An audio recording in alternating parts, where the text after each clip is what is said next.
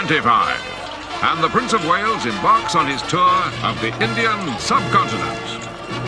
The welcoming cheers that greet the heir to the imperial throne prove positive that India remains just as steadfastly loyal to the crown as it was in the days of his great-grandmother, Queen Victoria.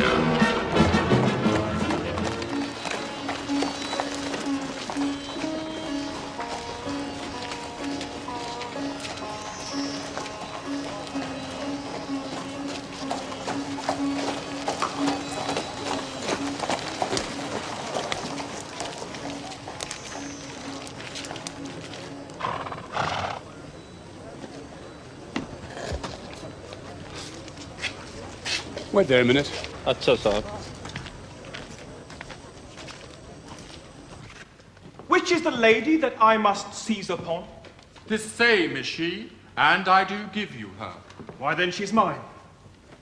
Sweet, let me see your face. I am your husband, if you like of me. Give me your hand before this holy friar. Soft and fair, friar. Which is Beatrice? I answer to that name. What is your will? Do not you love me? Why, no. No more than reason. Do not you love me? Troth, no. No more than reason. Why, then my cousin Margaret and Ursula are much deceived, for they did swear you did.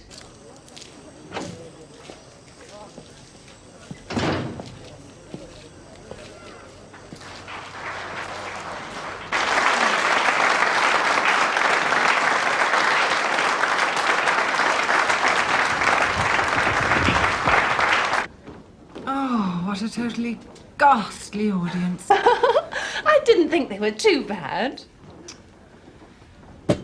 Now for another transformation scene.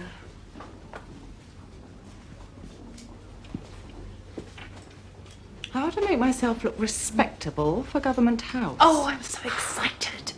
Me too. Is Mr. Blunt waiting? He better be.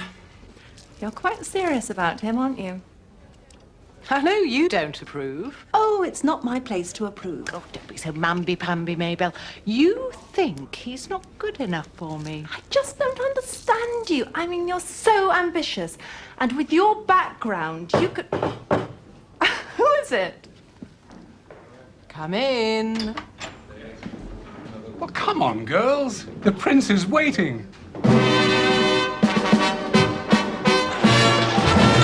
The young prince immerses himself wholeheartedly in the exhausting schedule of duties entailed in such a great enterprise. In the stifling heat of an Indian midsummer, the grandest reception of all is held at Government House, Calcutta.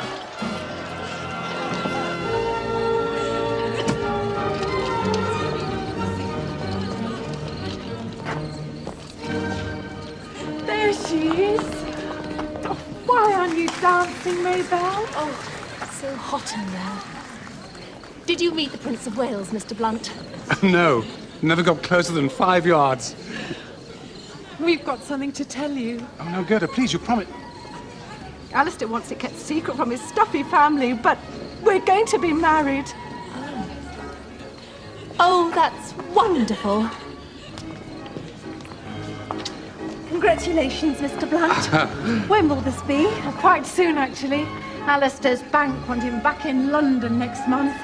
Oh, come on, Alistair. I want to dance. Excuse us, please, Miss Sainsbury Seal.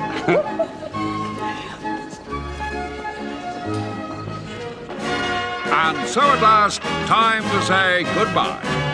As he leaves India, the jewel of Britain's vast empire, the prince can look back with pride at a job well done. We'd like to join with the people of India in saying thank you and God bless the Prince of Wales.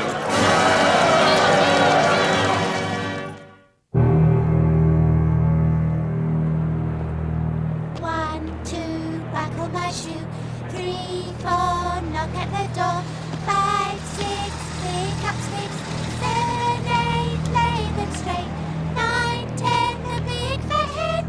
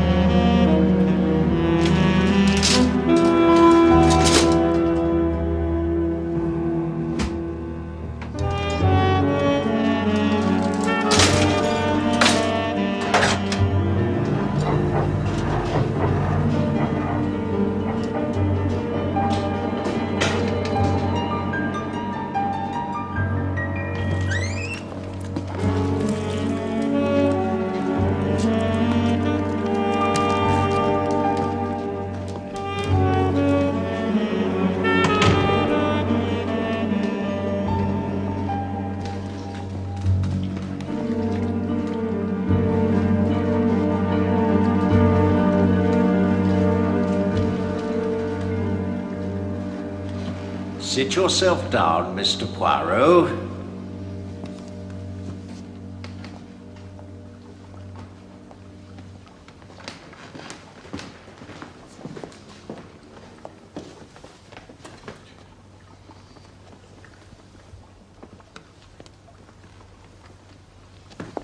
Quite comfortable? We'll start the preparatory work today, Mr. Poirot. I'm so sorry to have kept you. Oh, that's all right. Mr. Morley asked me to make another appointment. What about the 6th of August at 11:45, Miss Sainsbury Seal? Yes, that looks perfect.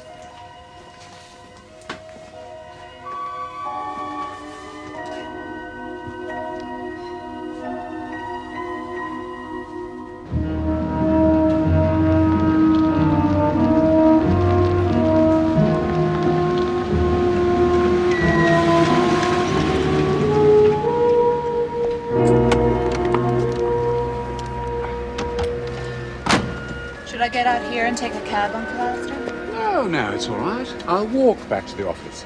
Keep the car. Finish your shopping. As long as I have it back by 5:30. Excuse me. It's Alistair Blunt, isn't it? Yes? You don't remember me. Maybelle. Maybelle Sainsbury Seal. I was your wife's friend. Yes. Yes, of course I remember you. I'll see you at home later then, Jane. It was in India, if you remember. Gerda and I were on tour together. I've only just come back after all these years. I've been doing work for the Zanana missions, you know. Well, it's wonderful to see you again, Miss Sainsbury Seal. It really is, but I'd love to see Gerda again. Miss Seal? Sainsbury Seal, yes? Why, Mr. Ambriotis. Oh, I'm sorry. I didn't recognize you for a moment. How nice. I came to return this. My hot water bottle. Oh, what must you think? Oh, this gentleman and I were on the boat coming back from India together. I lent him my hot water bottle when he had a toothache.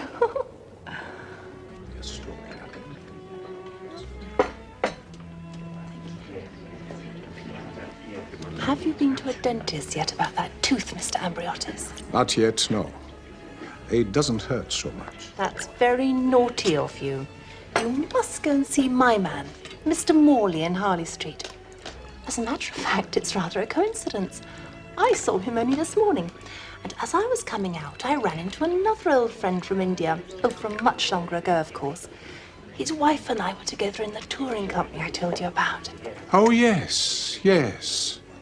When you were an actress. Quite. And he's done awfully well, I believe, since then. Mr. Alistair Blunt. Mr. Alistair Blunt, the banker. I believe so. He certainly used to work in a bank when he met Gerda. Gerda? His wife. Oh, we were such pals. Of course, she was a better actress than I. I always said she'd get on in the profession. But she left it to marry Alistair, and I left it to stay in India.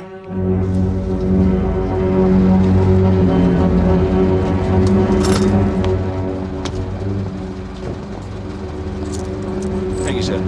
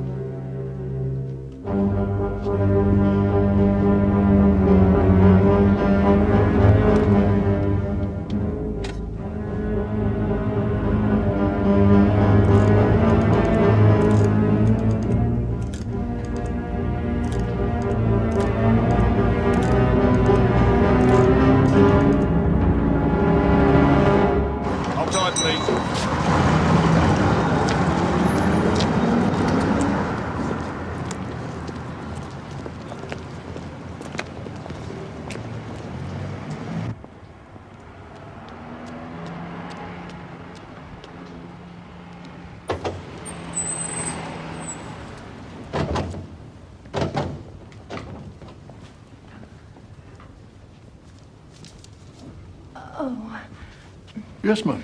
My name's Sainsbury Seal. I want to see Mrs. Blunt. She's staying with Mrs. Chapman. Mrs. Chapman, right. This way, ma'am.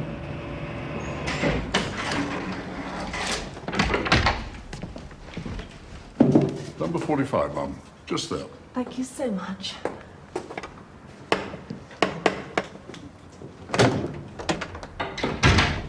Gerda, after all these years.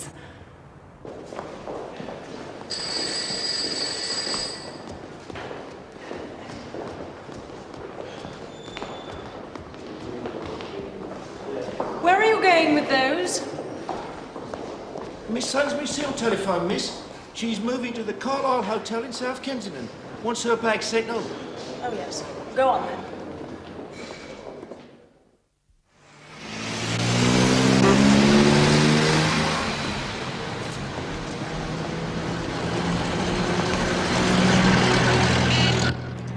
Damn boy's late again. And smoking on the front doorstep. Young people nowadays. Unreliable, self-centered. The girls are as bad. Gladys isn't coming in today. Her aunt's had a stroke and she's had to go up to Yorkshire. That's hardly the girl's fault. She's been different lately. It's that Frank Carter fellow. Girls do fall in love, Henry. Love? She's a cut above him, I should hope. You know he's in with that black shirt mob. Anyway, she shouldn't let it affect her efficiency as my secretary. Let her fall in love in her own time.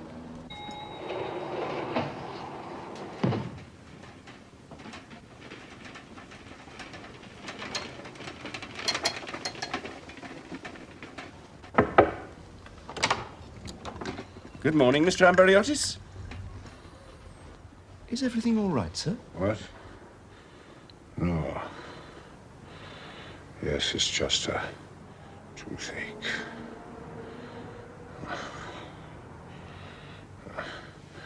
Take it away. 3, 4, knock at the door. 5, 6, pick up sticks. 7, 8, lay them straight. 9, 10, a big fat hen. 11, 12, dig and delve. 13, 14, maids a courting. 15, 16, 17, 18, maids in waiting. 19, 20, my plate's empty. Thank you.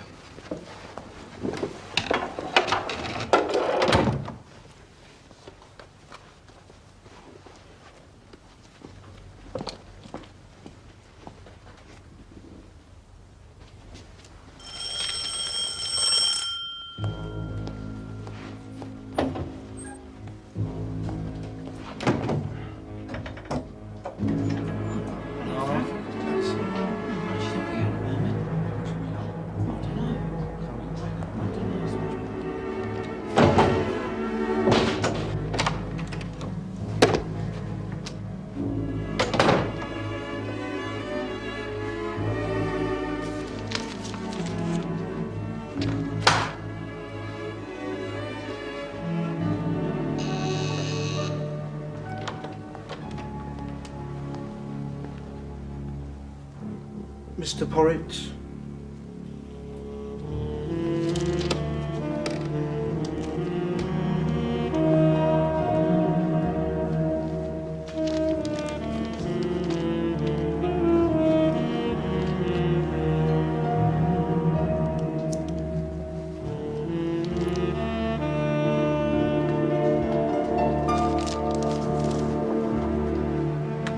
Till the end of the financial year.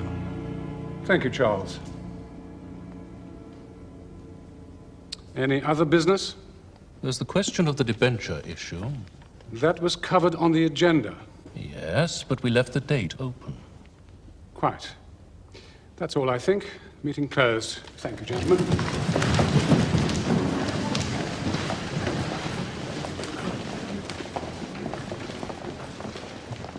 All right, Alistair. All right. Yes, I'm fine. Can I give you a lift? No, my car's waiting. I'm going to the dentist. I see. That's why you were in such a bad mood. We'll get your treatment finished today, Mr. Poirot. No, as I was saying, the important people, they're always on time. Now, I've got a most important man coming this morning. Mr. Alistair Blunt. Alistair Blunt? Oh, yes. Always on time.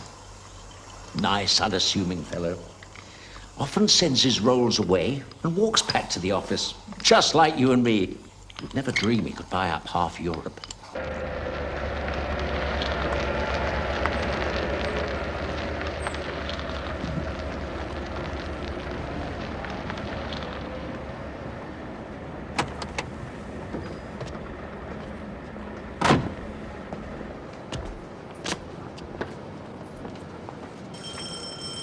Well, goodbye, Mr. Poirot. Wasn't too bad this time, was it? No. Shall I ring for the lift for you? No, thank you. I shall walk down. I'll see you in 6 months. Indeed.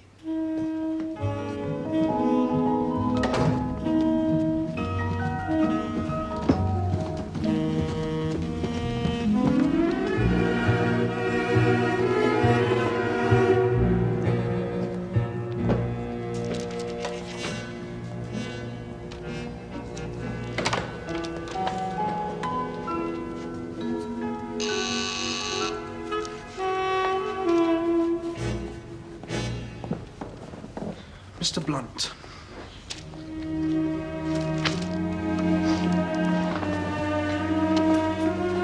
Excuse me.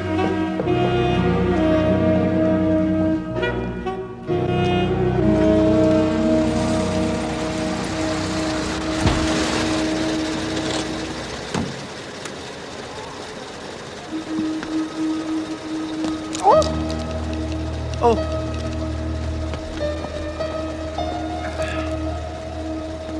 So kind. Not at all, madame. Oh, dear. Thank you. You are welcome, madame. Thank you so much.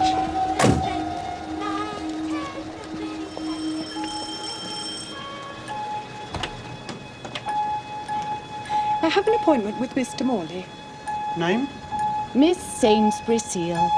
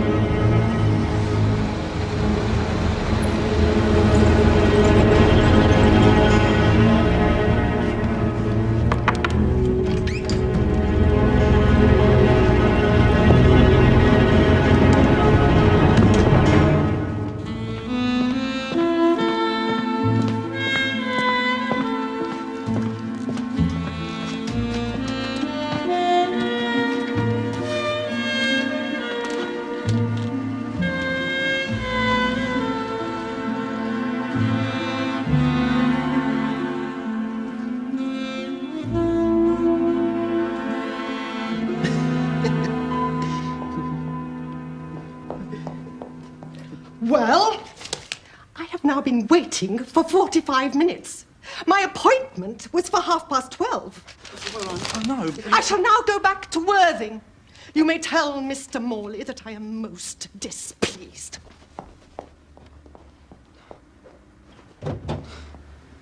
I am most displeased.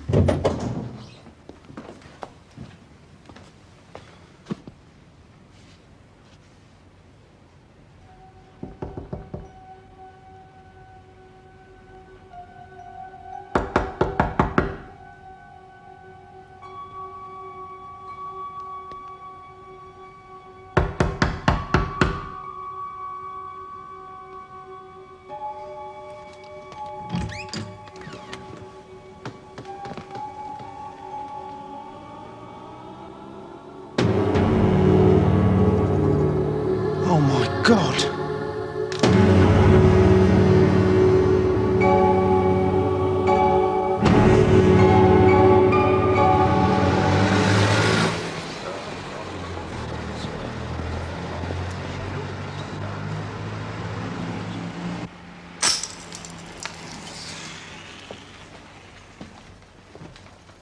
Revolver grasped in lifeless fingers. Doesn't seem to be much doubt about it, does there? It has to be suicide.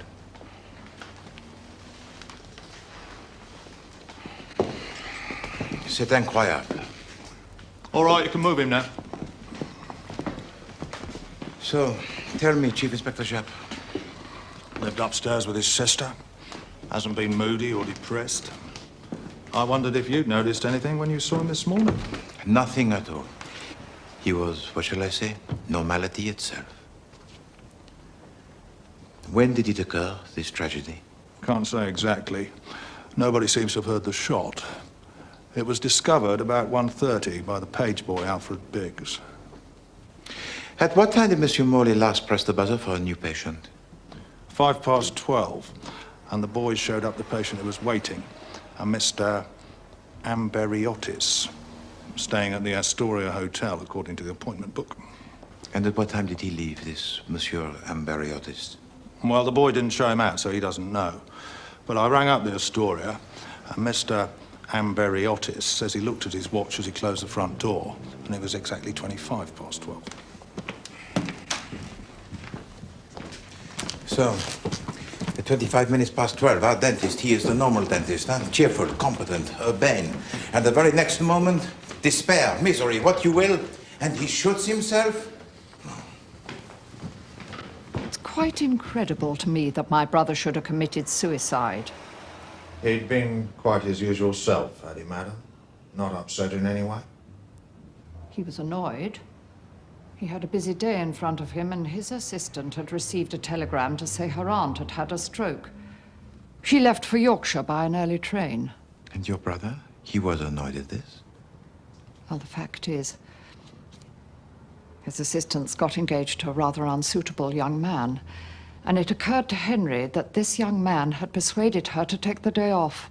What does he do, this young man? Frank Carter is, or was, an insurance clerk.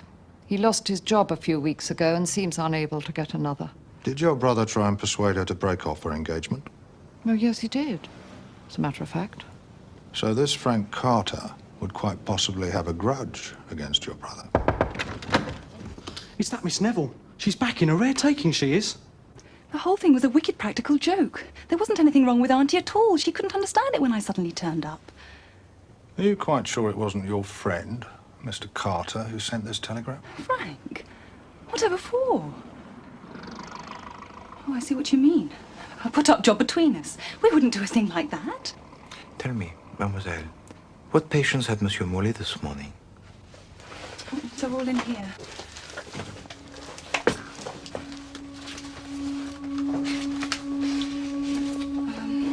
At 10 o'clock, Mrs. Soames, about her new plate.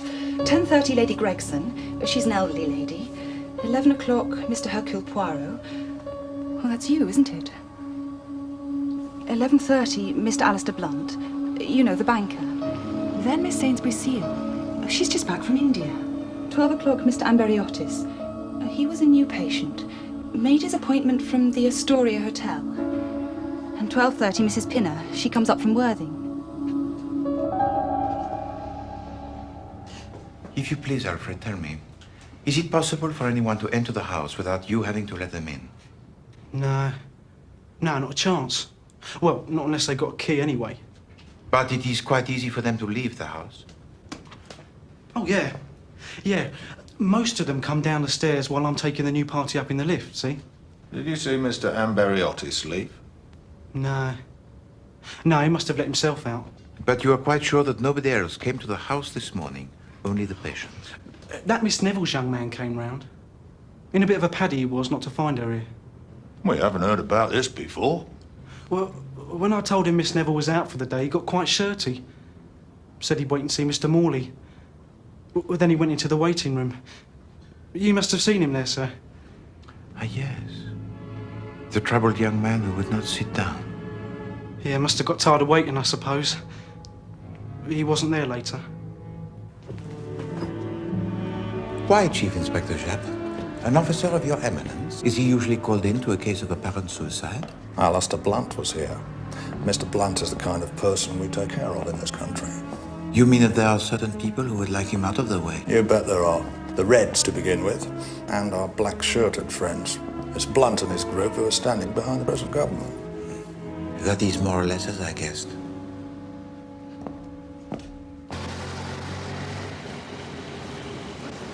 Tell me something about Monsieur Blunt, Chief Inspector. Alistair Blunt. He controls all the Arnholt interests in Europe, as well as the merchant banks. He married into the family. We won't spend too long with him. I want to get onto the Astoria.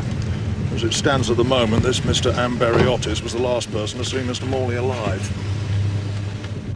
This is the second occasion this year that my allowance has not been paid on time, Alistair. You must talk to the bank, Julia, or to the trustees.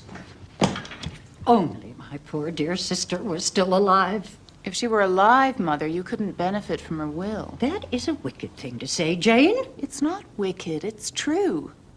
The truth is often wicked. I'm sorry, Julie, this is not my business. When I die, the capital will come to you to do with exactly as you wish. Until then... Until then, I am expected to exist. I won't say live. On the pittance from the trust. $25,000 a year can scarcely be called a pittance.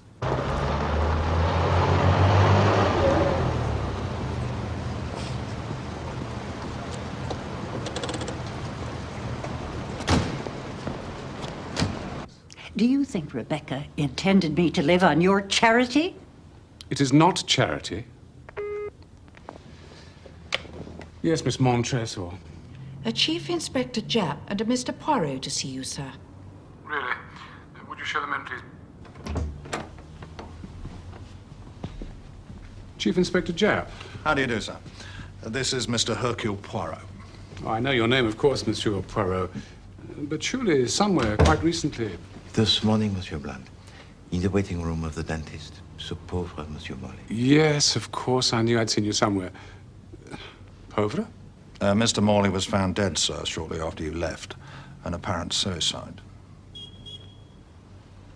Morley? Suicide? What an extraordinary thing.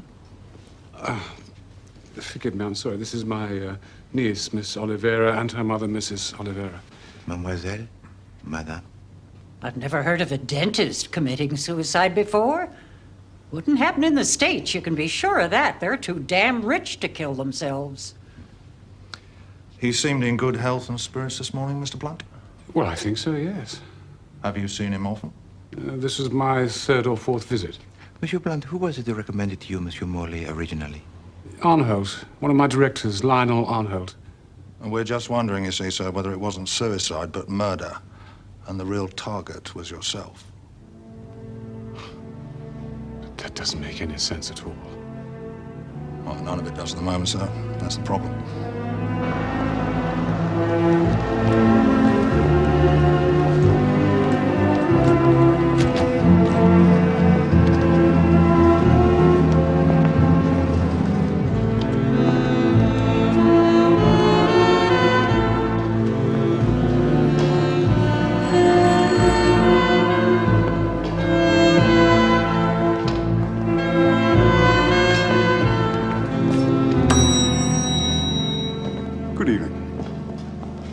We'd like to see Mr. Amberiotis.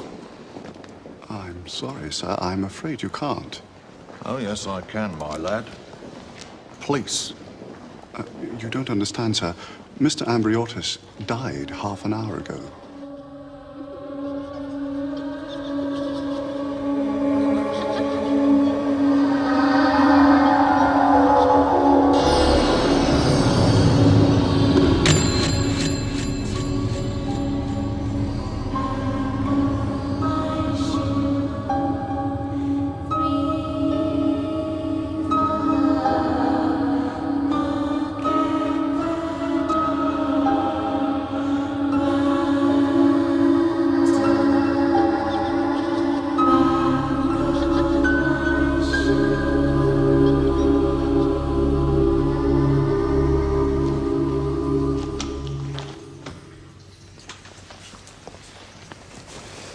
Interesting.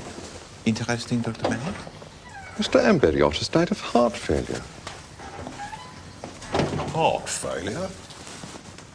Brought about by an overdose of adrenaline and Novocaine. How large an overdose? Oh, I can't say yet. These quantitative analyses take time. I'll be able to tell you tomorrow. Novocaine's the stuff dentists give you, isn't it? That's right, Chief Inspector. The subject had been to the dentist, I believe.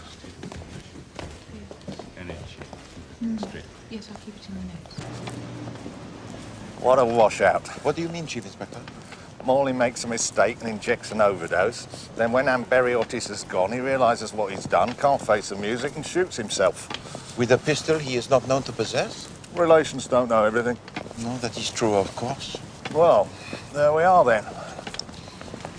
All the same, Chief Inspector, it does not quite satisfy me. Cheer up, Poirot. We can't have a nice, juicy murder every time. attempted suicide? Mr. Morley? Poor man. I suppose he had something on his mind. Such worrying times we live in. Did he seem worried to you, Miss Sainsbury?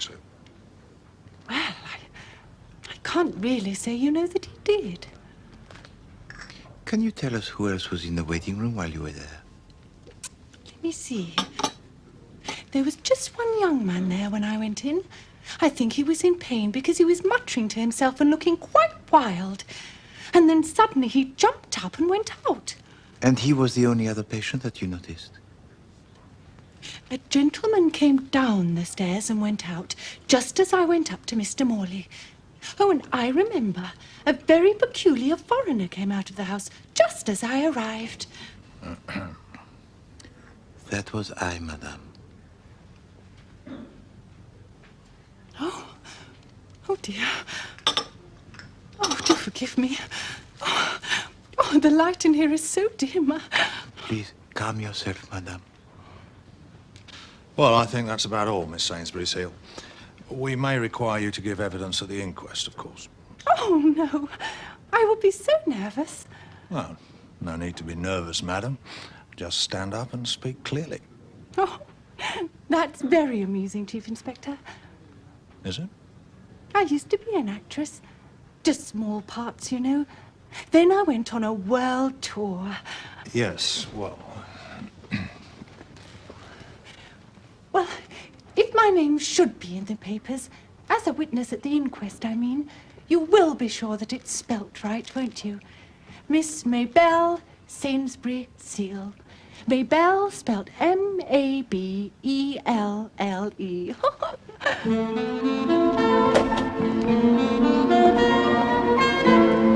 Blimey.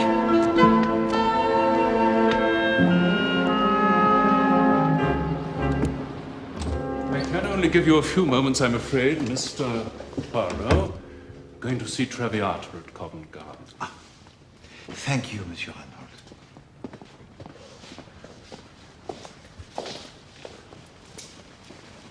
What's this all about?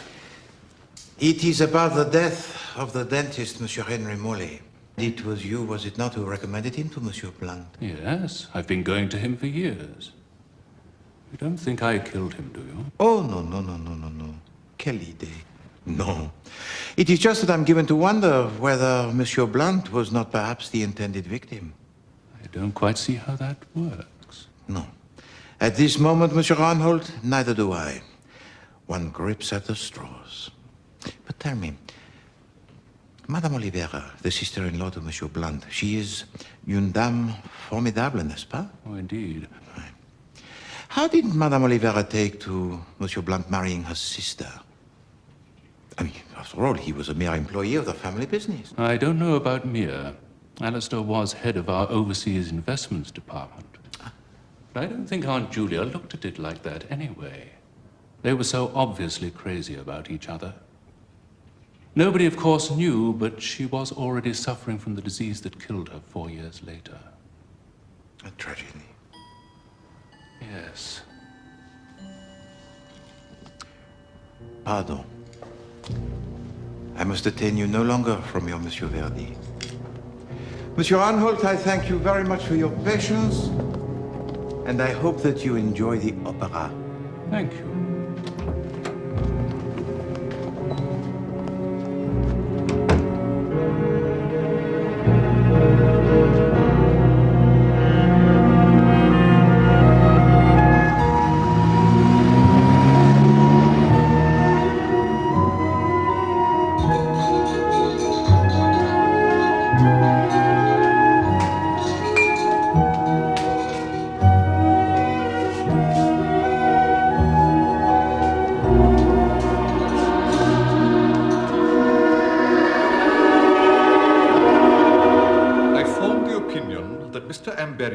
Died of heart failure caused by a large overdose of a Novocaine and adrenaline mixture. The dentist who treated Mr. Amberiotis earlier on the day of his death is now himself dead, I understand. So I understand, sir. Thank you, Dr. Bennett. Thank you. Well, there doesn't seem much doubt, gentlemen, that this is a case of accidental death. A very unfortunate case. Did Mr. Morley accidentally give his patient too large a dose of the anesthetic? Or did Mr. Amberiotis have an unusual reaction to it? Since Mr. Morley is now himself dead, we shall never have the answer to this. Nevertheless, it is your duty, of course, gentlemen of the jury, to consider all possibilities before you arrive at your verdict. But I must remind you that before delivering a verdict of accidental death, for instance, we would have to be convinced, beyond reasonable doubt, that there was no intention on the part of any person, known or unknown. Nobody's seen hide nor hair of Miss Sainsbury's since Tuesday. Such a nice type of woman. And she seemed so happy here. I wouldn't have bothered you with this, sir, but I remember she'd been a witness in that other case. No, quite right, Beddoes. Why should she disappear? It is curious, you admit. There's nothing funny about her, you know. I cabled Calcutta. Got the reply back last night. She went out there as an actress and then took to good works. Got hand in glove with the missionaries, apparently. What I call a terrible woman. But definitely not the type to get mixed up in a murder. You got anything? Stockings. 10-inch, cheap silk, price. Probably 2 shillings and 11 pence. You're not valuing for probate, Poirot.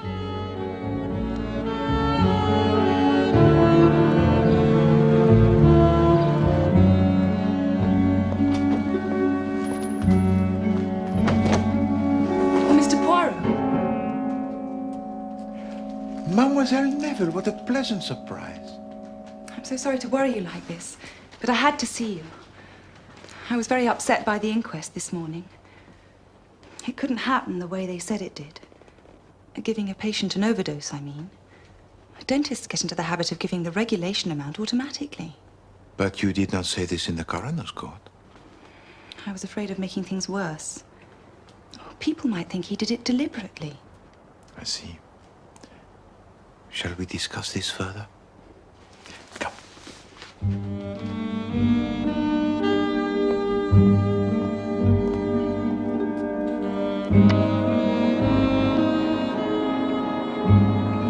I should like to know a little bit more about the telegram you received calling you away on that day.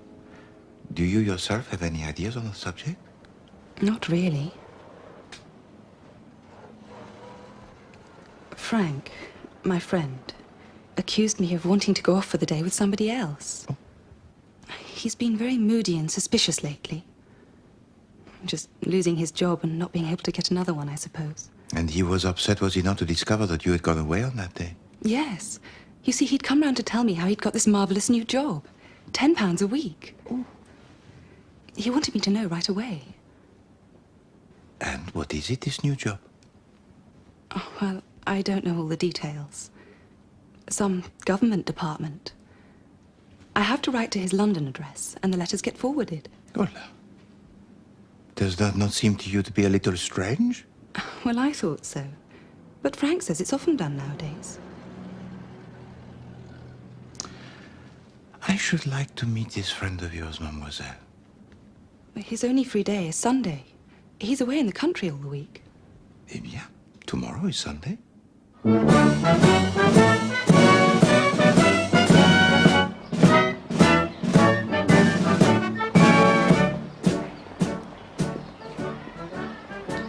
Fed up with hearing about Morley's death, to be quite honest.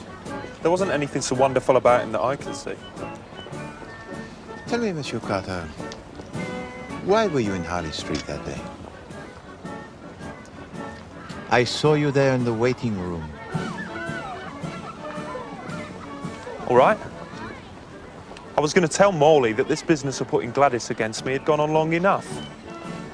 That I'd landed a good job and that it was about time she handed in a notice and thought about her trousseau. But you did not actually tell him these things. I got fed up with waiting in that dingy mausoleum, so I left. At what time did you leave? I can't remember. I've got to get going. The march will be starting soon. It has been a great pleasure to meet you, Monsieur Carter. And yes, I am delighted to hear about your new job. The work, it is interesting, n'est-ce pas? Oh, yeah. You know. I'll see you next week, Gladys. Goodbye, Frank. Au revoir, Monsieur Carter.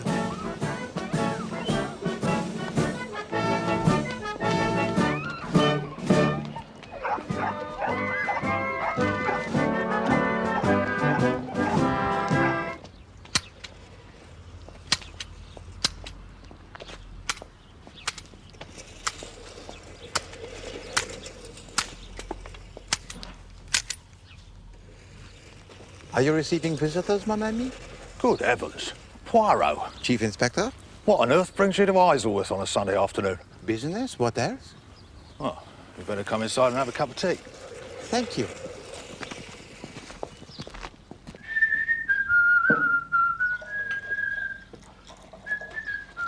Madam Japp, she is not at home? No. Some blessed meeting. Women's Institute, Parish Council or something, I don't know. Do you take sugar, Poirot? Do you have perhaps a tisane? Oh, come off it, Poirot. This is Isleworth, you know, not Joanna-le-Pan.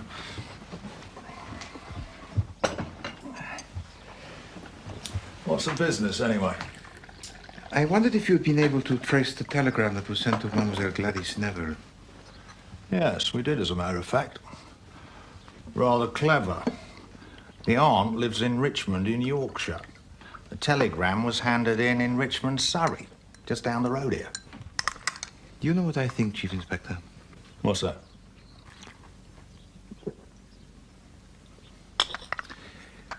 I think that there are signs of brains in this business. Well, the Assistant Commissioner is satisfied that Morley killed himself.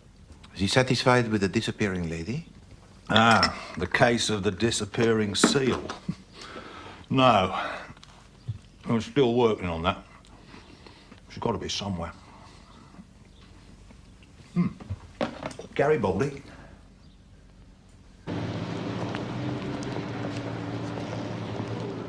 And I really think my feelings ought to be considered in the matter, Alistair. But your feelings have been considered, Mother. Yes, Julia, that is true. Mr. Poirot to see you, Mr. Blunt. Thank you, Helen. Monsieur Poirot, it's very good of you to come. Monsieur Blunt. Well, if you are going to talk horrors, I shall leave. Allow me. I'll see you at home, Jane. Madame. You've met Miss Oliveira, I think? Oh, yes, indeed, mademoiselle. Please. Thank you. I hope I haven't asked you here on a wild goose chase, Mr. Poirot. It's about this missing woman that the papers are full of, Miss Sainsbury Seal. Yes. Jane, I'm sure this is utterly unimportant. Why we are wasting Monsieur Poirot's time, I really don't know. If you please, Monsieur Blunt, allow Poirot to decide. Well, Sainsbury Seal is such a pompous name, that's why I remember. It was the last time Uncle Alistair went to the dentist. Well, I don't mean the other day, I mean about a week ago.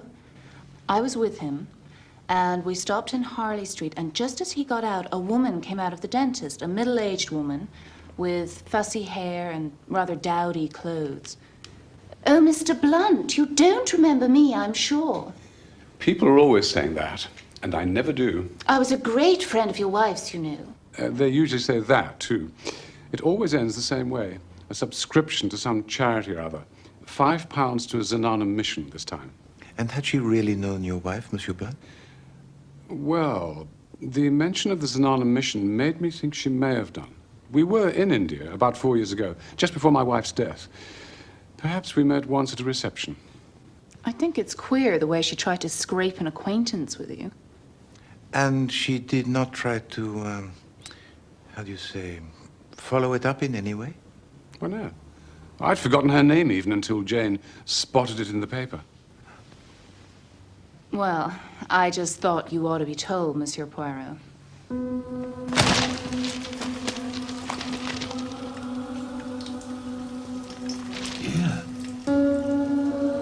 Here, Alison.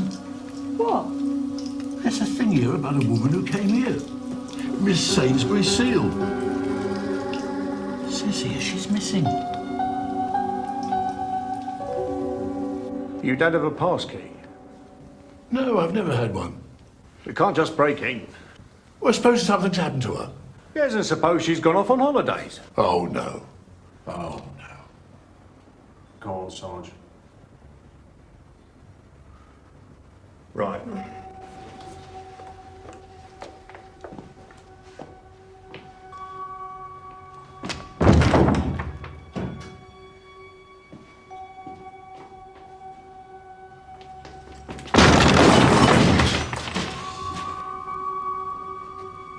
Mrs. Chapman! Leave it to us. Mrs. Chapman!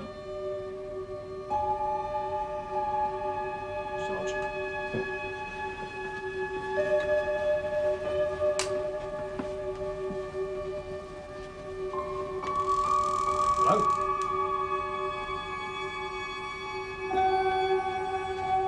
Anybody there?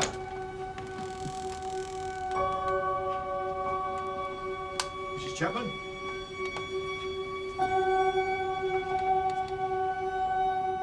Hello?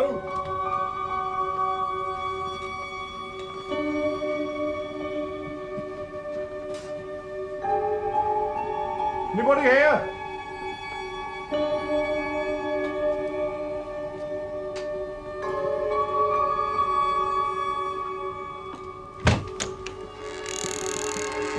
This is the box room. What's that? Well, I don't know.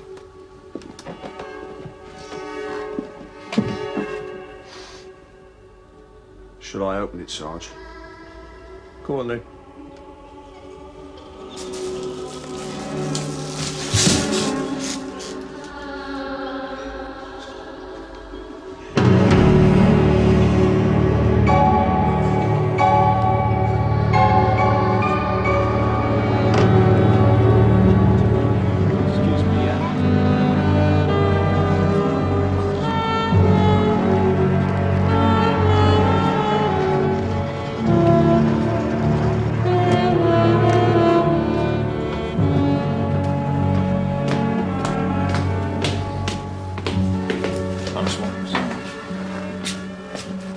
It's not particularly pleasant.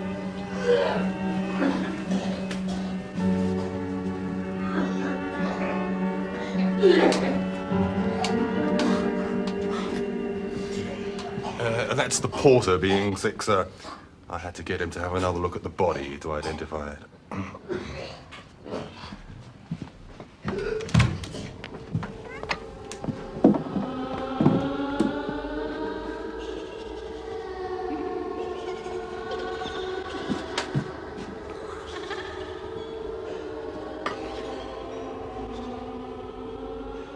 There's some brandy in the other room.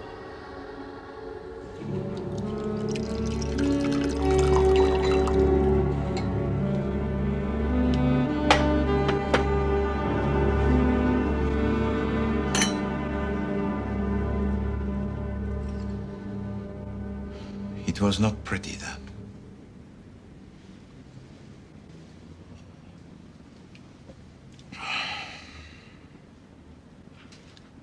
Tell me all about it, Chief Inspector.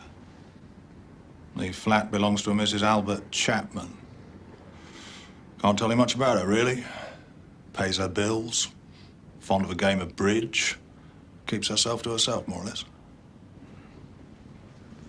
The neighbours say they've hardly ever seen her, in fact. And Mr. Chapman's a commercial traveller, apparently, so he spends most of his time away from home. And Mademoiselle Sainsbury Seal? She came here on the evening of our interview with her, about 7:15. The porter's wife was cleaning up here and saw her arrive. She'd been here once before, the porter says. No, one thing's for certain. Sylvia Chapman, or Sylvia's friends, murdered the lady, put her in the box and made off. But why was the face so battered? Sheer vindictiveness, maybe. Or it may have been with the idea of concealing the woman's identity. I don't know. No fingerprints anywhere as far as we can see. You mean every fingerprint in the apartment was removed after the murder? That's about the size of it.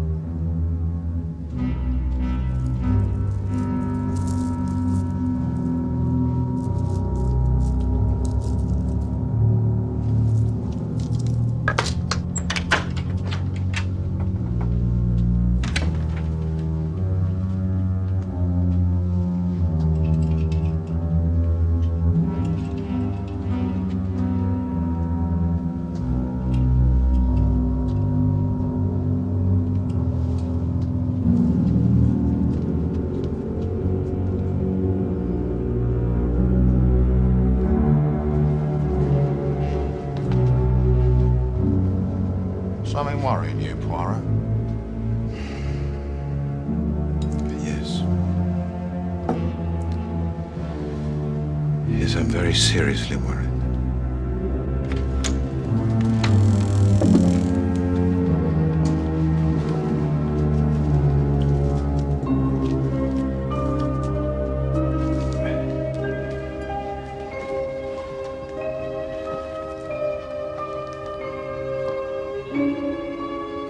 Here you see an insoluble problem. One patent leather shoe, complete with buckle. What's wrong with that? Nothing. Absolutely nothing. Or the same, I do not understand.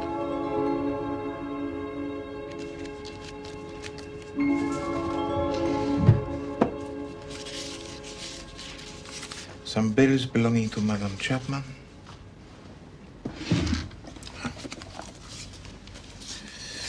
Some old theater programs.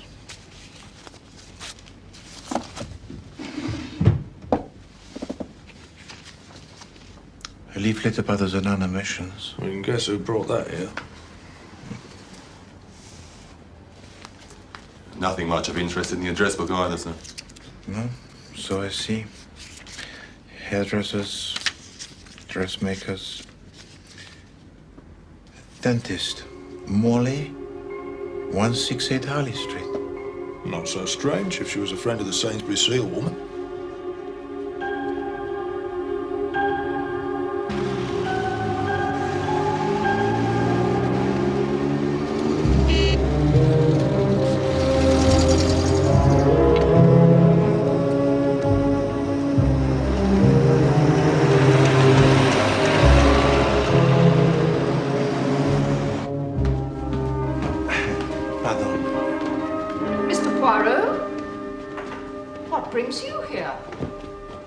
Tell me, if you please, did your brother ever mention to you in particular a Mademoiselle Sainsbury Seal or Madame Chapman?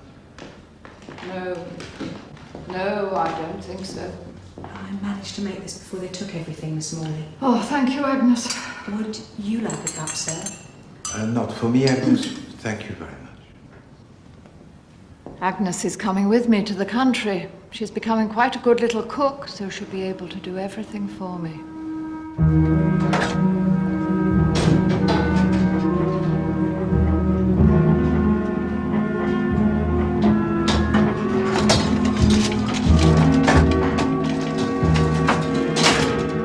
Excuse me, sir. Yeah. For asking. Yeah. But does anyone know anything more about the master's death, sir? Nothing fresh has come to light, Agnes. They're still quite sure he shot himself because he'd made a mistake with that drug. Yeah. Why do you ask? I only... Agnes! I just want to be sure, sir. Agnes!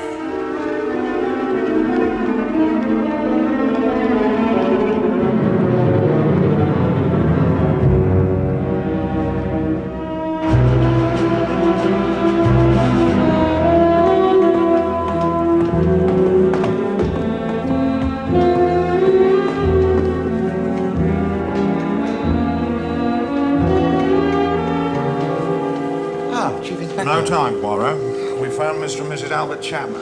Where? They booked into the Montague Hotel this morning. The Montague Hotel, Bloomsbury? That's right. It is odd, is it not, that being on the run after murdering Mademoiselle Sainsbury-Seal, that they have not run further? You never can tell with a criminal mind, Poirot.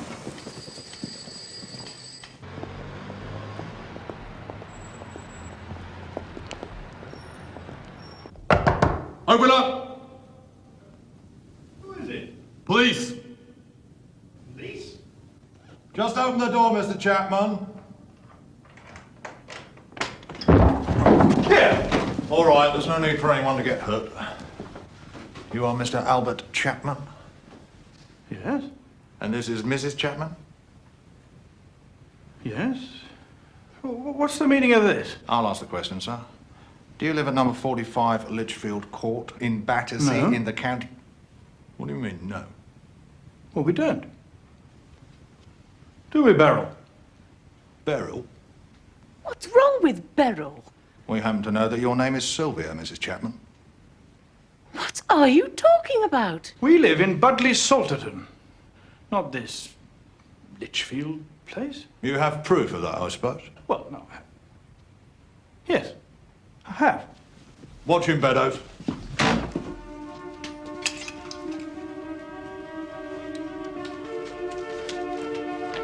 What's this? Our wedding lines, if you must know. We were married this morning.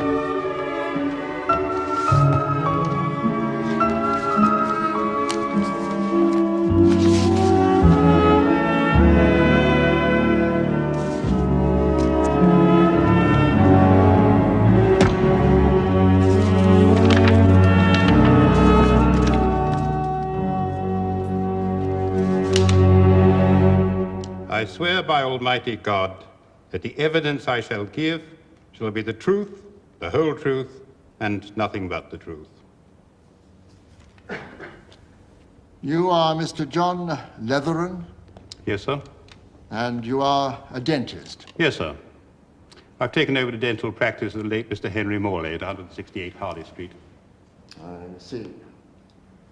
You were recently called to examine the body of the deceased for purposes of identification. Were you not? I was, sir. The police believe the body to be that of Miss Mabel Sainsbury-Seal, who was a patient of Mr. Morley's. I see. You've inherited, as it were, the late Mr. Morley's patients. That's right, sir. And of course their dental records. Quite. And could you identify the body from these records? I could, sir. It was not Miss Sainsbury-Seal.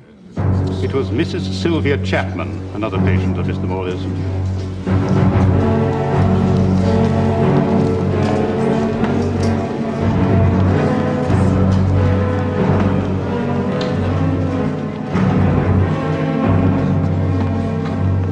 The fair Mabel put one over on as good and proper. I wouldn't have thought she was capable of murder, but that's what it looks like now. Sylvia didn't murder Mabel. Mabel murdered Sylvia. Perhaps. It crossed my mind that Morley might have been killed so he couldn't identify the body. But as you have just heard, Chief Inspector, the records would still have existed. That's right. Anyway, I'm going back to work. Oh, Chief Inspector, this morning I received a letter from Monsieur Blunt. He has invited me to his house in the country. He may have a commission for me. Well, you always did move in exalted circles, Poirot.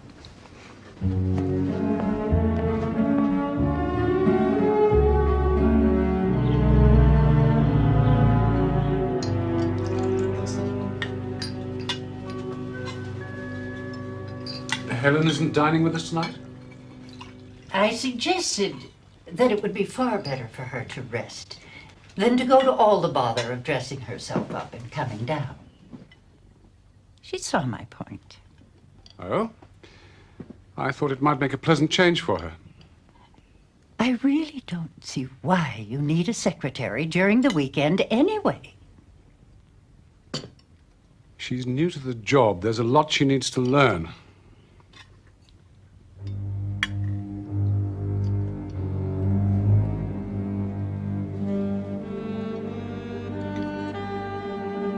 Monsieur Poirot? There's a great deal about which I am not entirely satisfied. What do you want of me, Monsieur Blunt? I want you to find this woman, Sainsbury Seal. Alive or dead? You think she may be dead?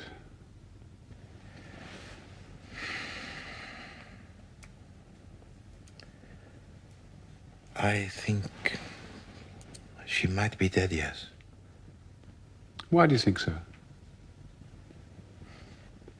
Because of a pair of new silk stockings I discovered.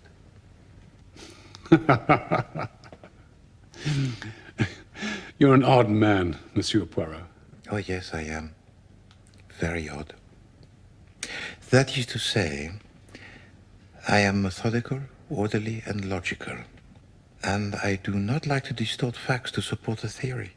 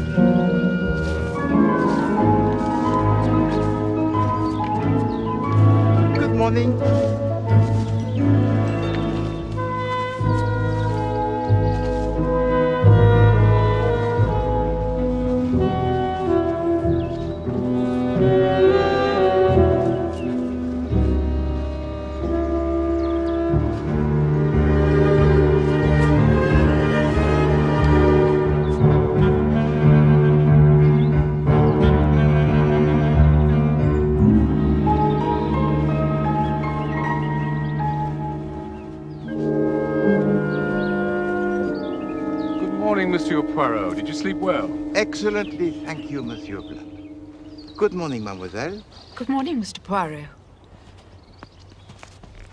I would prefer not to accept any invitations, Mr. Blunt, while your American relations are with you.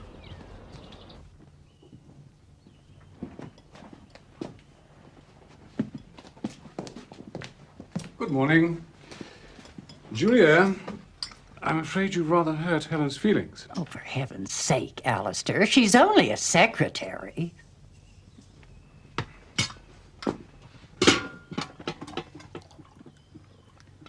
I noticed that you have a gardener who you must have employed recently. Yes, we took one on a couple of weeks ago. Do you know from where he came? I'm afraid not. McAllister, the head gardener, engaged him. What is his name? Well, I don't know. Dunning.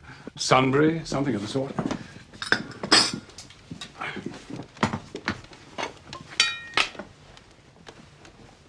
Seems like lots of people are out for your blood, Uncle Alistair. Oh, really?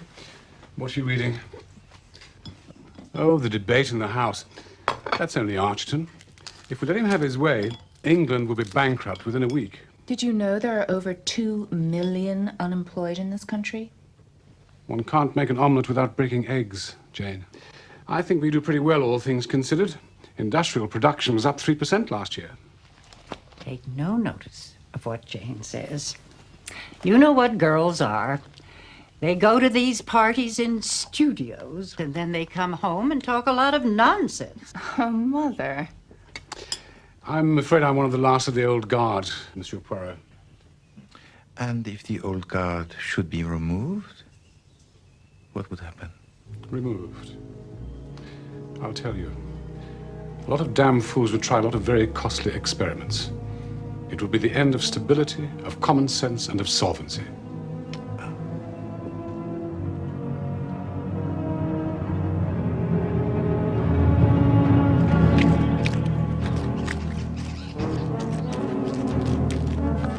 Of course, we've always taken great pride in our herbaceous borders here. They're a lot of work, mind, but well worth the effort, I've always thought. Ah, now these flowers here, they're beautiful. Yes, they're particularly good this year. And look at these here. Good God! Drop that gun! Wasn't me, I tell you! Oh no, just shooting at the birds, I suppose. Oops, I caught him right at it. I was just weeding the beds. I heard a shot, the gun fell right at my feet, I picked it up and this stupid cow jumped on me. Now then, Dunning, Dunbury, what is your name? His name is Frank Carter. You've had it in for me all along. I never fired that shot. In that case, who did? As you can see, there is no one else here but ourselves.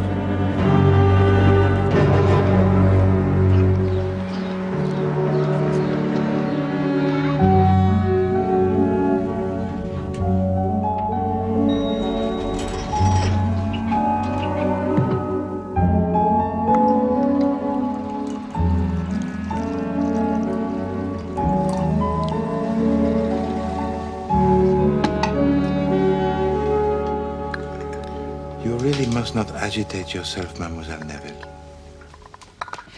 First they tried to pretend that Frank attempted to murder Mr. Blunt. And now they've accused him of murdering poor Mr. Morley. Sugar? No, thank you. I was down there, you know, at Exam, when the shot was fired at Monsieur Blunt. It's these black shirts. They march around waving their banners. They have this ridiculous salute. And they work up these poor men like Frank until they think they're doing something wonderful and patriotic. And that is the defense of Monsieur Carter? No, I haven't seen him, of course. They wouldn't let me.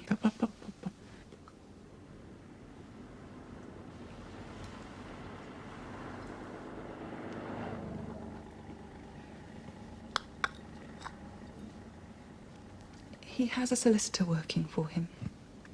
And he told me what Frank had said. He met a man in a public house who said he was in the Secret Service. And he offered Frank this wonderful job. He was to take up the post of gardener and listen to all the other gardeners' conversations and sound them out as to their red tendencies. He had to pretend to be a bit of a red himself. And this solicitor? He is of the opinion that his client would do better to think of a story that is more plausible. Lawyers. You wouldn't believe how difficult they are.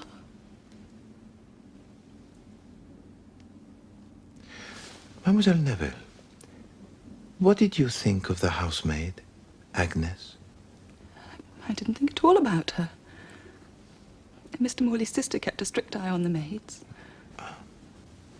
Why are you asking? She wrote to me a letter, and as yet I do not know why.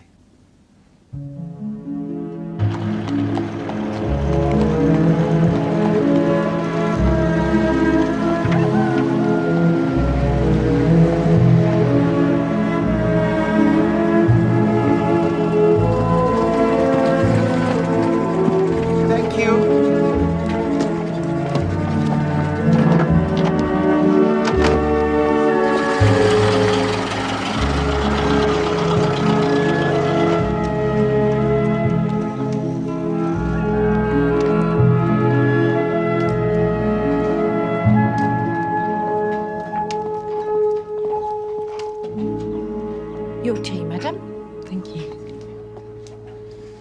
I hope you didn't mind me writing you that letter, sir. Only I didn't want for you to come to the house. I mean, if I was to say anything in front of Miss Morley, she might say as how I ought to have said something before. But me and the cook, we'd read in the papers how the master had made a mistake with that drug and that had shot himself. So it did seem quite clear, didn't it, sir? When did you begin to feel differently, Agnes? Seeing it in that paper, sir, about that Frank Carter. shooting at that gentleman. I mean, up till then, neither of us thought he'd done anything to Mr. Morley.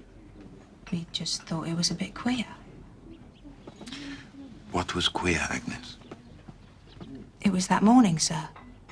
The morning Mr. Morley shot himself. I was wondering if I dared run down and get the post. So I went out on the landing and I looked down over the stairs. And it was then that I saw him. The Frank Carter, down on the stairs below. He was just standing there, like, waiting. Then he seemed to make up his mind and he sort of went very quickly down the stairs towards the master's surgery. And I thought to myself, the master won't like that. Agnes! But just then, Cook called me and I went back into the kitchen. And afterwards, I heard the master had shot himself and it was so awful, it just drove everything out of my head. Tell me, Agnes, did you actually see Frank Carter enter the room of Monsieur Morley? He must have done, sir. At what time was this? Must have been about 12:30, sir.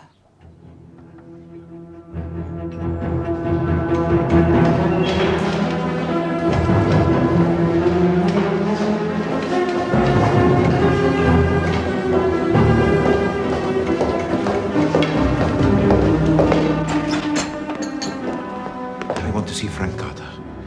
What's the big idea? You are unwilling? What do you want to see Carter for? Ask him if he really murdered Morley? Yes. And I suppose you think he'll tell you if he did? He might tell me, yes.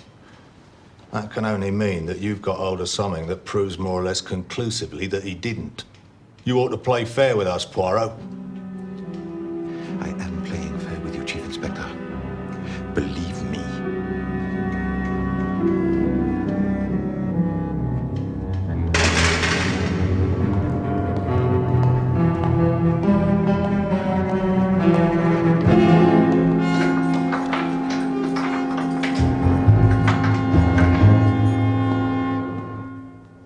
It's a damn lie. You paid her to say that. Anger and abuse will not help you, Monsieur Carter. Agnes is going to tell her story, and it is going to be believed. You were on the stairs. Agnes did see you, and you did go into the room of Monsieur Morley. What happened then? It's a lie!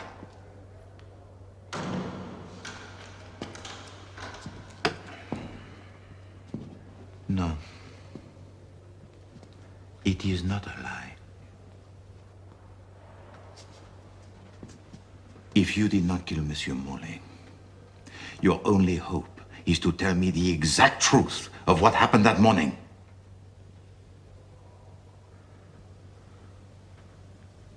God curse you if you let me down now.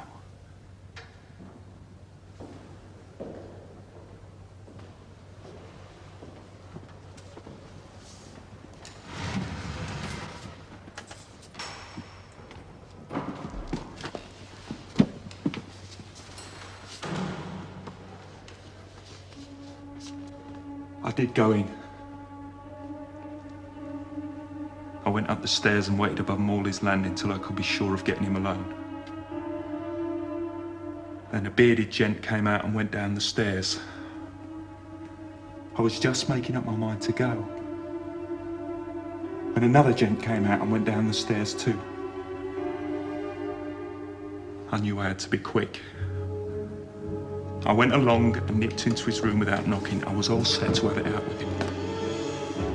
But he was lying there dead, and I could see the bullet hole in his head with a black crust of blood round it.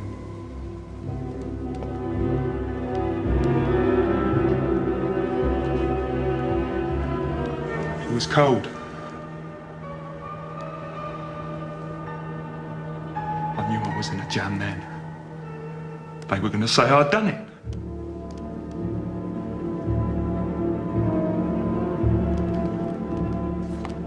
I hadn't touched anything except his hand and the doorknob. I wiped that with my handkerchief, both sides, as I went out. There was nobody in the hall, and I let myself out and legged it as fast as I could. That's the truth. He was dead already. You've got to believe me.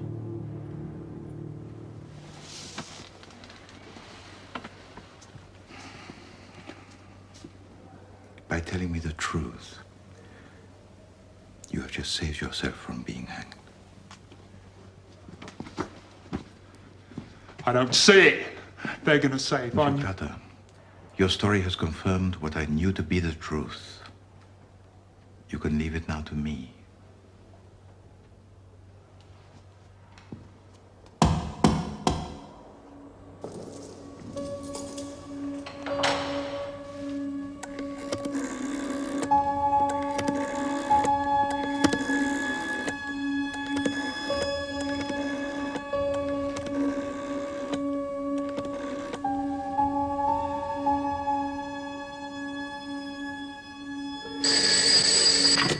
Japp. Ah, Poirot. Yes. Yes. What? No, Poirot. Well, I'll have to get clearance on this, you know. Go on. Yeah. All right, I'll do what I can. Thank you, Chief Inspector.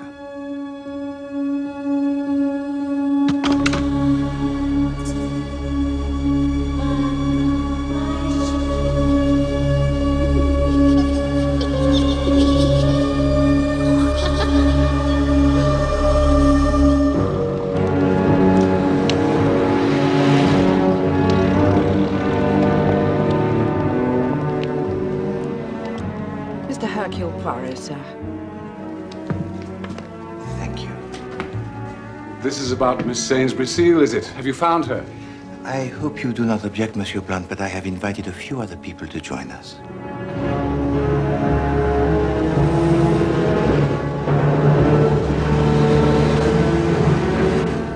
I'm not walking through the streets in handcuffs. You walk through the streets in anything I tell you, my lad.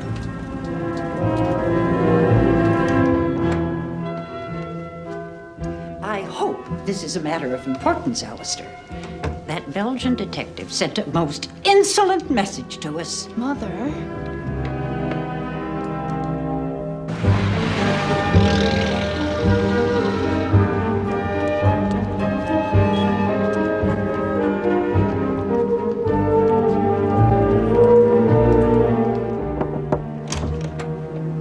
Miss Neville to see you, sir.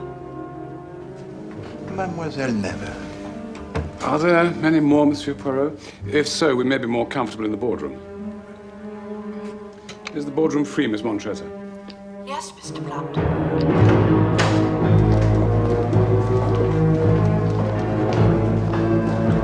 Frank! All right. You're still in His Majesty's custody, you know. Show a bit of respect. Come on. Mesdames et Messieurs, good afternoon. Since the beginning of this case, 3 people have died. Pauvre Monsieur Morley, pauvre Monsieur Amberiotis, and pauvre Mademoiselle Sainsbury Seal. I thought she was still missing. No, Mademoiselle. In fact, Mademoiselle Sainsbury Seal was dead even before the investigations of this case began. The porter at Lichfield Court told us that Mademoiselle Sainsbury Seal had been to visit Madame Chapman. He saw her go to the apartment and be let in. She never came out again. No. Mademoiselle Sainsbury Seal was never ever seen again until the police, they broke in to the box room of Madame Chapman. You mean it was Maybelle Sainsbury Seal's body in that flat after all? Indeed it was, my dear Mademoiselle Neville. You see, it was a very clever double bluff. The disfigured face was meant to raise the question of the identity of the woman. But for me, the case, it began with a shoe. As I left the dentist's after my séance, a taxi stopped. The door opened, and the foot of a woman prepared to descend. It was a foot that was well-shaped, with a good ankle, and an expensive stocking. The shoe was new, shining, patent leather, with a large ornate buckle. And when the rest of the lady came into sight, to be frank, it was quite a disappointment. As Mademoiselle Saint-Brécile descended from the taxi, she caught her shoe buckle and it was wrenched off. I picked it up and returned it to her. Not at all, madame. Oh, dear. Thank you. You are welcome, madame. Thank you so much. That was all. The incident, it was closed. Oh, I'm sorry, Mr. Blunt, to interrupt. I finished the post. Is it all right if I leave now? Oh, no, please. Mademoiselle Montresor, please come and join the party. Monsieur Poirot is expounding some extremely entertaining theories. Please.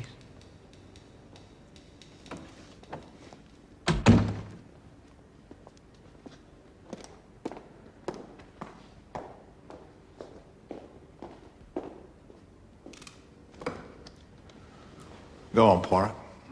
Thank you. When Chief Inspector Japp summoned me to Lichfield Court because a body had been discovered, the first thing that I noticed was a shabby buckled shoe. Well? You have failed to appreciate the point, Monsieur Blunt. It was a shabby shoe. It was a well-worn shoe. But you see, Mademoiselle Saint-Brécile visited the apartment on the evening of the same day of the murder of Monsieur Morley. So in the morning, they were the new shoes. In the evening, they were the old shoes. I can't see why that's important. Eh bien, mademoiselle, Poirot does not like things he cannot explain. Madame Chapman took a size 5 in shoes. I knew that Mademoiselle Saint-Brécile wore a 10-inch stocking. That is to say, she took at least a size 6 in shoes. So I went back to re-examine the body. My idea was that the face had been disfigured to hide the fact that it really was the body of Madame Chapman dressed in the clothes of Mademoiselle Saint-Brécile. Mais non. The shoe on the body was size 6. So it looked as if it was the body of Mademoiselle Saint-Brécile after all. But then why was the face so disfigured? By coincidence, the dentist of Mademoiselle Saint-Brécile was also the dentist of Madame Chapman, Monsieur Morley. But he was dead. However, the records, they would have still existed, huh? So the successor to Monsieur Morley would have been able to positively identify the body as that of Mademoiselle Saint-Brécile. Could you identify the body from these records? I could, sir. It was not Miss Saint-Brécile. It was Mrs. Sylvia Chapman, not a patient of Mr. Morley's. But if it was the body of Madame Chapman, why was she dressed in the clothes of Mademoiselle Saint-Brécile? An interesting problem, n'est-ce pas? So, I cast my mind back to the Mademoiselle Saint-Brécile whom I had met, whom the Chief Inspector Japp had met. I used to be an actress. Just small parts, you know. Then I went on a world tour. And although everything about her and everything she said was in perfect accord with her given character, I am now convinced that the Mademoiselle Saint-Brécile whom we had met and the Mademoiselle Saint-Brécile who accosted you, Monsieur Blunt... You don't remember me, Mabel. Gerda and I were on tour together. They were not the same woman.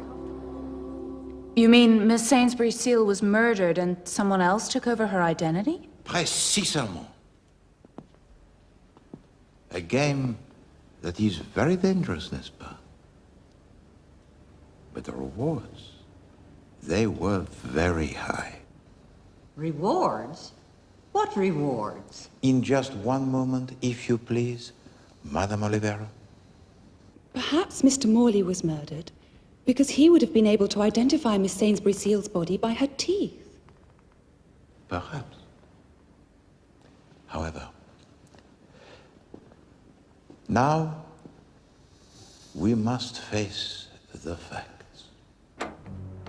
In the beginning, we believed that the body of Monsieur Morley was first discovered by the page boy Alfred at about 1:30. But the fact is, I now know that the body was first discovered by Monsieur Frank Carter about 1 hour earlier at about 12:30.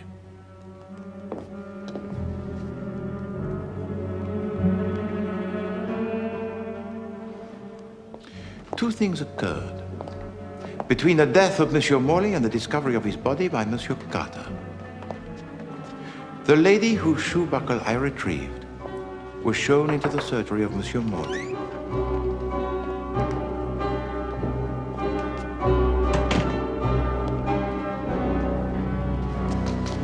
While her accomplice drags the body into the office of the secretary, the second Mademoiselle Sainsbury Seal changes the labels on the files of Monsieur Morley to ensure that the body would be identified as that of Madame Chapman. She then leaves. Alfred shows in the next patient to the surgery of Monsieur Morley.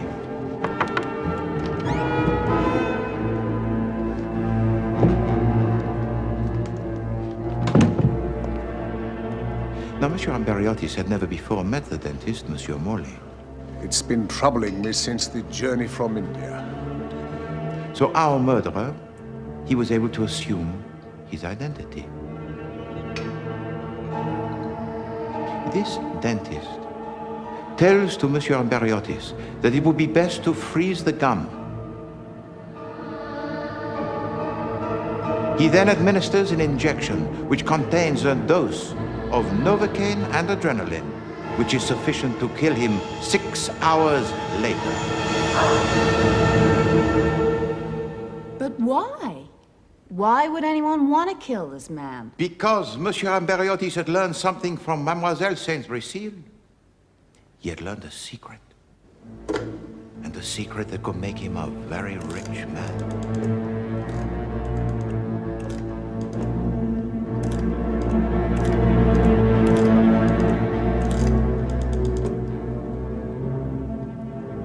I wish to speak to Mr. Alistair Blunt. And Monsieur Amberiotis, he was a blackmailer. Are you seriously suggesting Amberiotis was blackmailing me? How could he blackmail Alistair? Alistair has no secrets. With the greatest respect, Madame Oliveira, there I must disagree with you. Monsieur Blunt has a very big secret. A secret that must be kept at all costs. And there is only one method that is totally effective in dealing with a blackmailer, and that is to silence him. Forever. No. Monsieur Amberiotis, he had to go. And Monsieur Blunt had seen the name of Monsieur Amberiotis in the appointment book belonging to Monsieur Morley. His blackmailer used the same dentist. That'll do for today, I think. One more rinse, please. And so, Monsieur Blunt, you devise a clever plan. A very clever plan indeed. You wait until your treatment has been completed by Monsieur Morley.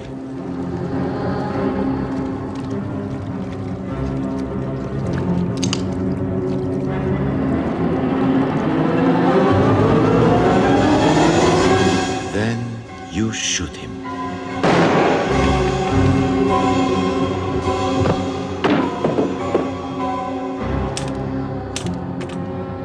While the dental records are being falsified, you drag the body into the office of the secretary.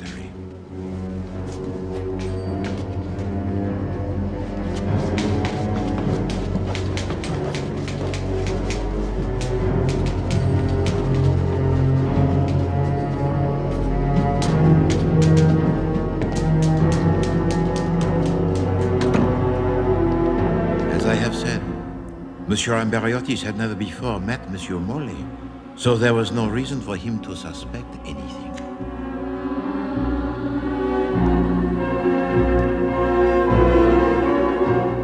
You administer to him the fatal injection. And when he has left, you drag the body of Monsieur Morley back into the surgery and arrange it to look like suicide.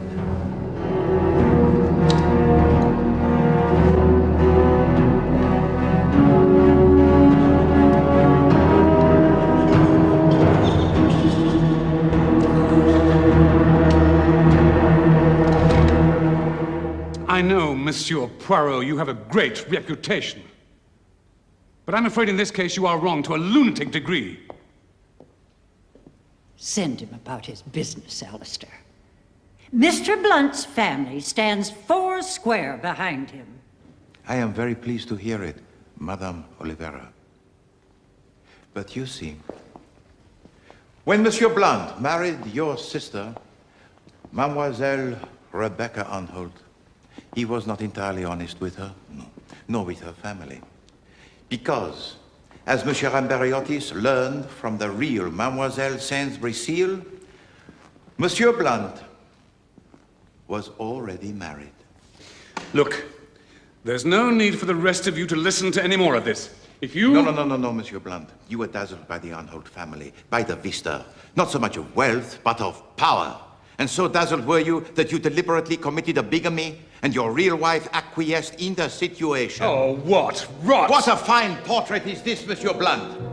Such a portrait would be to any boardroom an ornament. Monsieur Blunt standing beside his beloved wife, the former Mademoiselle Rebecca Anholt. However, Mesdames and Messieurs, I have here in my pocket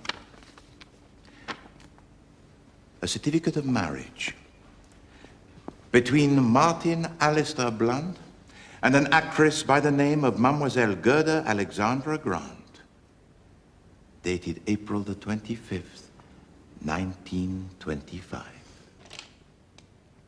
And Mademoiselle Gerda Grant is still very much alive. Oh, yes.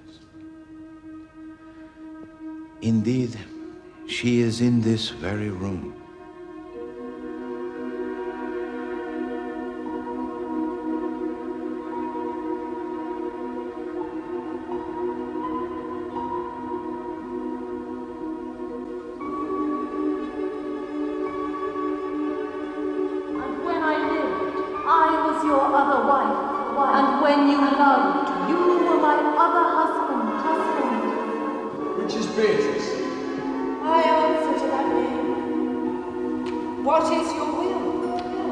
You love me? Why, no. No more than reason. Don't be so mamby-pamby, Mabel. You think he's not good enough for me? Come on, Alistair. I want to dance, dance, dance,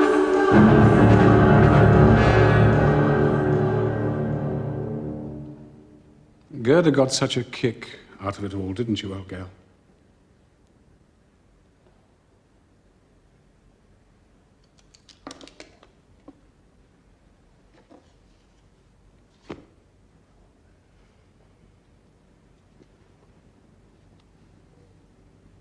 It was your skills as an actress, Mademoiselle Montresor, that were the key to the deception.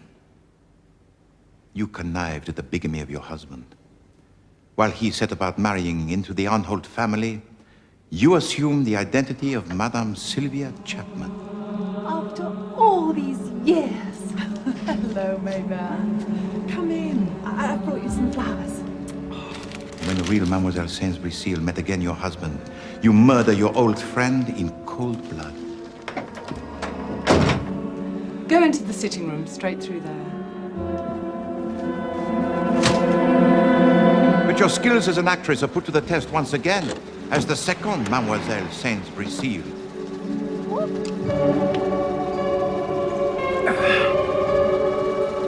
So kind. Not at all, madame. Unfortunately for you, it was Hercule Poirot who retrieved your shoe buckle that day. But having safely deceived the Chief Inspector Japp and myself, or so you thought, you took the opportunity to be as close as possible to your husband. You assumed the name of Helen Montresor and joined him as his new, efficient secretary. We'll never make these people understand, will we, my darling? Such ordinary, unimaginative people. I wish I could make you understand, Monsieur Poirot, about my meeting with Rebecca and my marriage. Gerda understood, didn't you, old girl? We could have married again after Rebecca's death, but, do you know, we'd come to rather enjoy all the secrecy. She's an actress through and through. She would have found it very dull being just one character. Well, I've killed 3 people, so presumably I ought to hang, but haven't I done something for England? I have held it firm. I have kept it solvent. I have kept it free from dictators. I am necessary to the continuing peace and well-being of this nation. Is he saying what I think he's saying? What about me? He was going to let me hang. Précisément. Monsieur Blunt, with his usual efficiency, had provided for himself a second line of defense. If things went wrong, you, Monsieur Carter, you were to be the scapegoat. You see by now, Monsieur Blunt knows of Monsieur Morley's opinion regarding you. And so he arranges for you to be engaged in a most mysterious fashion. As a gardener. Ah, these flowers here, they are beautiful. And how easy for Helen Montresor to fire a shot vaguely in your direction. Drop the pistol at your feet, where you are bound to pick it up. Drop that gun! Help! Oh, Mr. Blunt! You are caught red-handed. And of course, nobody is going to believe your story, your ridiculous story, about being employed by the Secret Service. No. As far as Monsieur Blunt is concerned, you can end your short life on the gallows. I don't waste pity on people like him. Eh bien, Monsieur Blunt, that is where you and I, we do not see alike. For to me, the lives of those 3 people are just as important as your own life.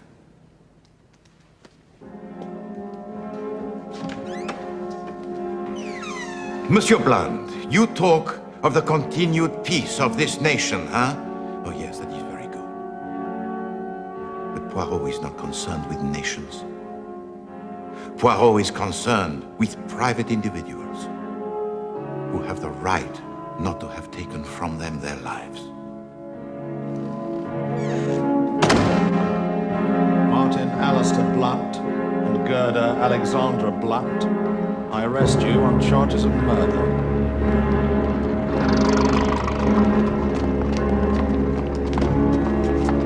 Please.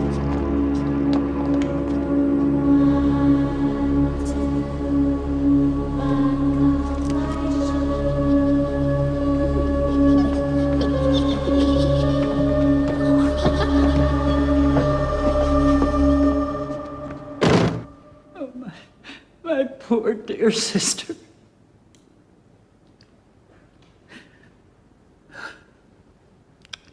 I don't know why I'm crying. Come on, Mother. I never liked him anyway. Why don't we go back home? To New York.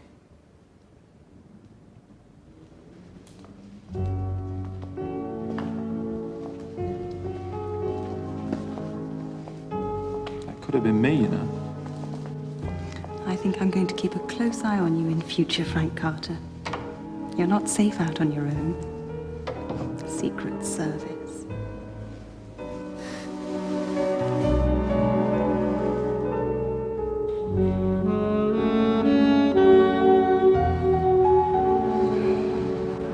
Look at it, Poirot. The trappings of wealth and power. And yet underneath it all... Yes, Chief Inspector? Well, I mean, it just shows you, doesn't it? They're no better than we are when it comes down to it. It's the little chaps that keep things on an even keel. Chaps like you and me. But there are no little chaps, Chief Inspector. Particularly not Poirot.